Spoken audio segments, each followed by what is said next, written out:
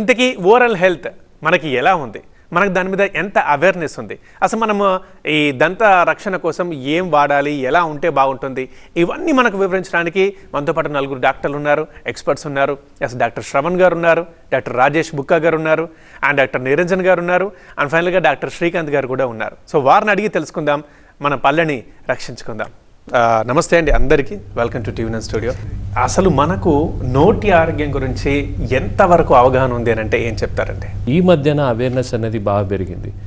Lot of reasons are there for that. అంటే social media is also one of the reasons I should say that the awareness, the kind of awareness they have improved, and the work what Indian Dental Association has been doing the last 5 or 7 years has been phenomenal. పళ్ళు తోముకోవడం, పళ్ళను బాగా చూసుకోవడం సింపులే కదా, ఖచ్చితంగా తెలుసుకోవాలి, పాటించాలి అని అంటారా? అంత ఉండాల్సిన అవసరం ఉంది?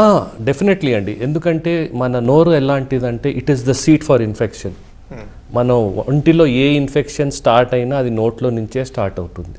అదే ఎంట్రీ పాయింట్. నోరు ఆరోగ్యంగా ఉంటే దాదాపు శరీరం ఆరోగ్యంగా ఉంటుందని ఇది ఎంతవరకు నిజం? ఎస్, డెఫినెట్లీ పీపుల్లో అవేర్నెస్ ఉంది డెంటల్ దాని గురించి. యాజ్ కంపేర్ టు నేను చిన్నప్పుడు చదువుకున్న రోజులకి ఇప్పటికీ చాలా అవేర్నెస్ ఉంది, రిక్వైర్మెంట్ కూడా ఉంది. రిక్వైర్మెంట్కి బేసిస్ కూడా we are the diabetic capital of the world. Diabetes is the root cause for infections, root cause. So ఈ ఇన్ఫెక్షన్ ఎక్కడి నుంచి వచ్చిందని చూసుకుంటూ వెతికితే common point is diabetes, common point.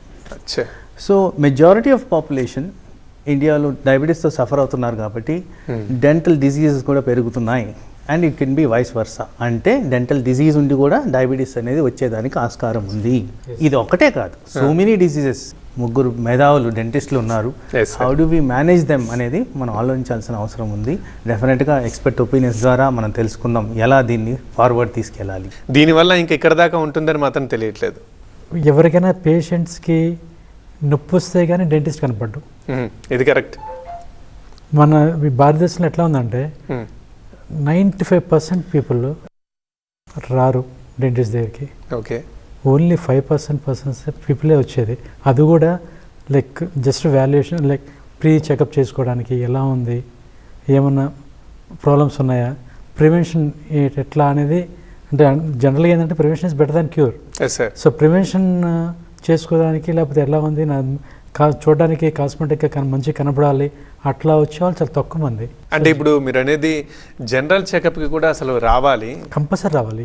కాకపోతే మీరు అన్నట్టు పన్ని నొప్పి వస్తేనే సంథింగ్ ఏదో వస్తేనే తప్ప వన్స్ ఇన్ 6 months కంపల్సరీగా డెంటిస్ట్ దగ్గర రావాలి. ఎవరైనా ఏ ఏజ్ నుంచి? జనరల్గా ఏ ఏజ్ నుంచి అయినా, అంటే like especially after 8 years or 7 years నుంచి అయినా సరే. రీజన్ ఏంటంటే చిన్నపిల్లల్లో పాల పనులు ఉంటాయి. పాల పనులు ఏంటంటే వీళ్ళు ఎవరు నెగ్లెక్ట్ చేస్తారు. ఎందుకంటే వాళ్ళు చాక్లెట్స్, బిస్కెట్స్ ఎక్కువ తిని వాళ్ళు కేరీస్ వచ్చారు, అంటే పళ్ళు పిప్పి పళ్ళు వస్తాయి.